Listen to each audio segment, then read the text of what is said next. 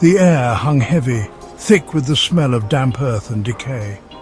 A shiver ran down my spine. The setting sun cast long, eerie shadows across the derelict railway station.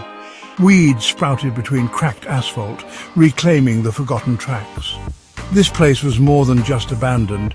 It was consumed by an oppressive silence that whispered of forgotten tragedies.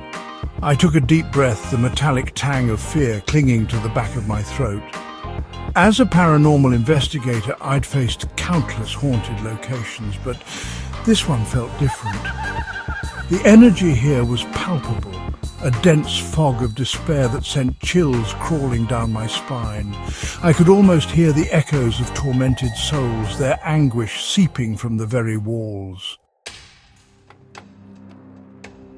The wind howled through the shattered window panes of the station master's office, sounding like mournful cries. Dust motes danced in the faint moonlight that filtered through the grime-coated windows, momentarily resembling spectral figures. I could feel my pulse quicken, my senses on high alert. There was an unsettling presence here, something unseen that watched my every move. I pulled out my EMF reader, its cold metal reassuring against my clammy palm. The air crackled with energy, the needle on the device jumping erratically. Something was trying to communicate, its voice a faint whisper on the edge of my perception. I strained to listen, my heart pounding against my ribs like a captive bird. Local legends spoke of a horrific train crash that had occurred here decades ago, claiming the lives of all aboard. They said the station had been forever scarred by the tragedy, the restless spirits of the victims trapped within its decaying walls. I had dismissed it as folklore, but now, standing in the heart of this desolate place, I felt a shiver of doubt run down my spine. The air grew colder, the temperature dropping noticeably as a wave of sadness washed over me. I could almost hear the screech of metal, the terrified screams of passengers, the gut-wrenching crunch of colliding steel.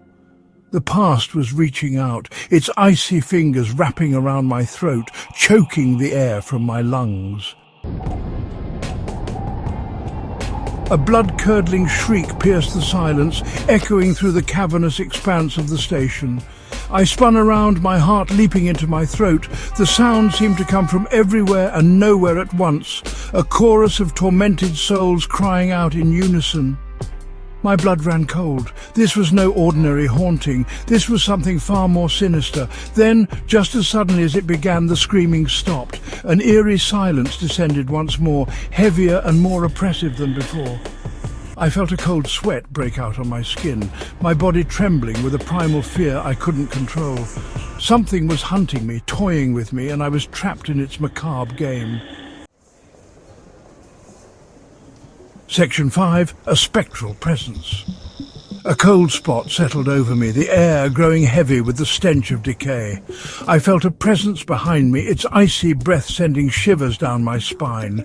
Turning slowly, I saw it, a spectral figure, its form shimmering and indistinct in the gloom.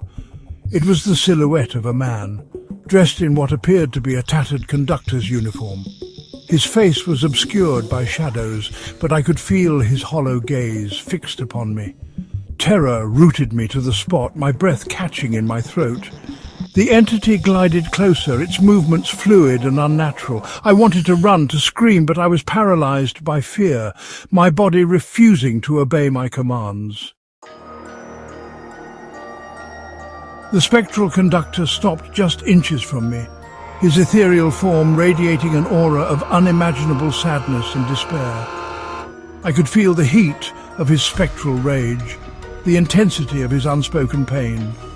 He raised a skeletal hand, pointing a spectral finger directly at me. A single word escaped his lips, a whisper that seemed to claw its way up from the depths of hell. Leave. The sheer terror of that moment, the feeling of being utterly helpless in the face of the supernatural, was like nothing I had ever experienced. I knew then that I was in over my head, that this investigation had taken a terrifying turn. This was no longer about seeking answers, It was about survival. As quickly as it had appeared, the apparition vanished, leaving me trembling in the oppressive silence. I stumbled back, my hand instinctively reaching for the silver crucifix beneath my shirt. My mind raced, trying to make sense of what I had just witnessed. Who was this spectral conductor, and what was his connection to the tragic events that had transpired within these walls? I knew I couldn't leave without answers. I had to delve deeper into the history of this cursed place, to uncover the truth behind the tragedy that haunted its every corner. With renewed determination, I pressed on, my flashlight beam cutting through the darkness as I searched for clues, for any shred of evidence that could shed light on the mystery of the haunted railway station.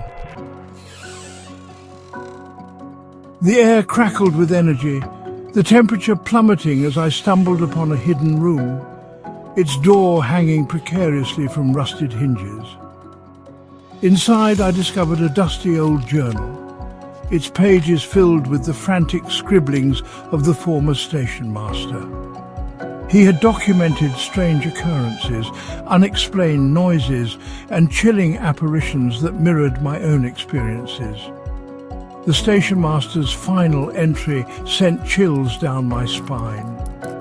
He wrote of a malevolent entity, a vengeful spirit consumed by the horrors of the train crash.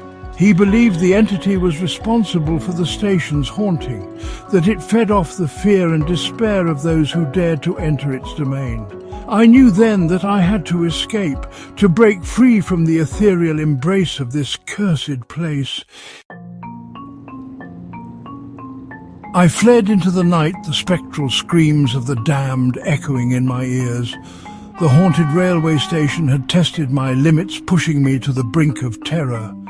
But I had faced my fears, confronted the unknown, and emerged forever changed. The experience left an indelible mark on my soul, a chilling reminder of the darkness that lurks at the edges of our reality. This is just one of the many terrifying encounters I've experienced in my pursuit of the paranormal. The world is full of haunted places, each with its own chilling tale to tell. If you're brave enough to join me on this journey into the unknown, to delve into the darkest corners of our world, then like and subscribe for more spine-chilling investigations. But be warned, once you step into the shadows, there's no turning back.